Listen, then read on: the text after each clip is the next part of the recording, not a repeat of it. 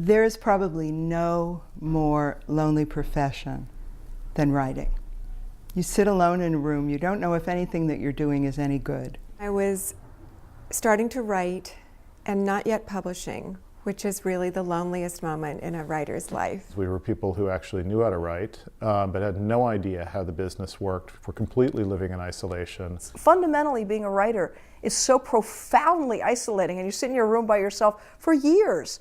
One of the things the Poets and Writers does, even if it's not consciously doing anything, is to provide a sense of warmth and support. Finding Poets and Writers around that time in my life was really important to me. It's a way of generating thought about writing and conversation about writing, and I think that's one of the things that, when you work in isolation, is the hardest thing to do independently.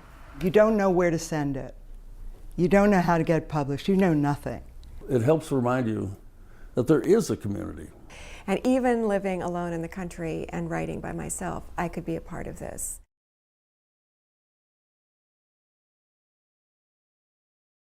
It was my one monthly reminder of, you were taking this seriously. You were determined to be a writer in this world. Seeing what other people are doing, seeing how people are struggling with their process, both in kind of like the sort of making art kind of way, but also the kind of business of being a writer, which I think you can't ignore. The thing that struck me then, and continues to strike me about the magazine, was that it was exactly the information that people in our position needed. I did find things about contracts and agents that helped me along the way.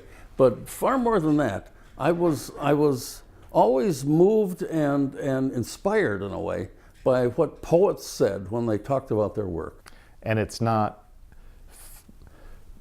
pretend help for people who are not really doing it well or seriously. When I read Poets and Writers, if there's something that I think a client will find useful, I will definitely email them about it or say, take a look at this piece. And, you know, talk about a inexpensive form of career counseling. That's the deal. My boilerplate advice to unsolicited requests for advice is subscribe to Poets and Writers.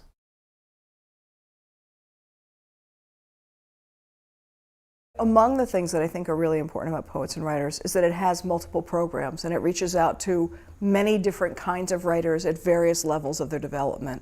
And they're also helping, as I understand it, many of the programs in hospitals, prisons, bringing writing, you know, to others and not just waiting for the readers to come to us. I know that I can go to any community center where there is no arts programming, and I can offer 5, 6, 8 workshops to a center that doesn't have anything. There are a lot of community-based organizations that offer opportunities for, say, students or seniors to workshop.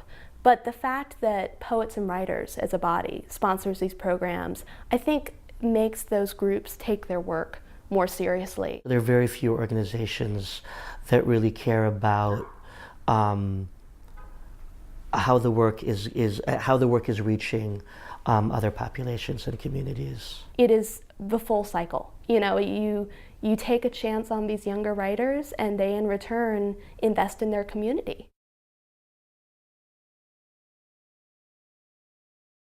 The particular quality that Poets and Writers had when I was young, and still seems to me to have, is quiet authority.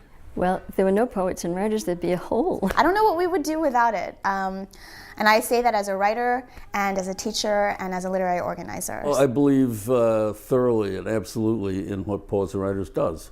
It seems to me to be eminently worthy of the kind of simple monetary support that I can give. It's kind of a guardian angel for the writing community, I think.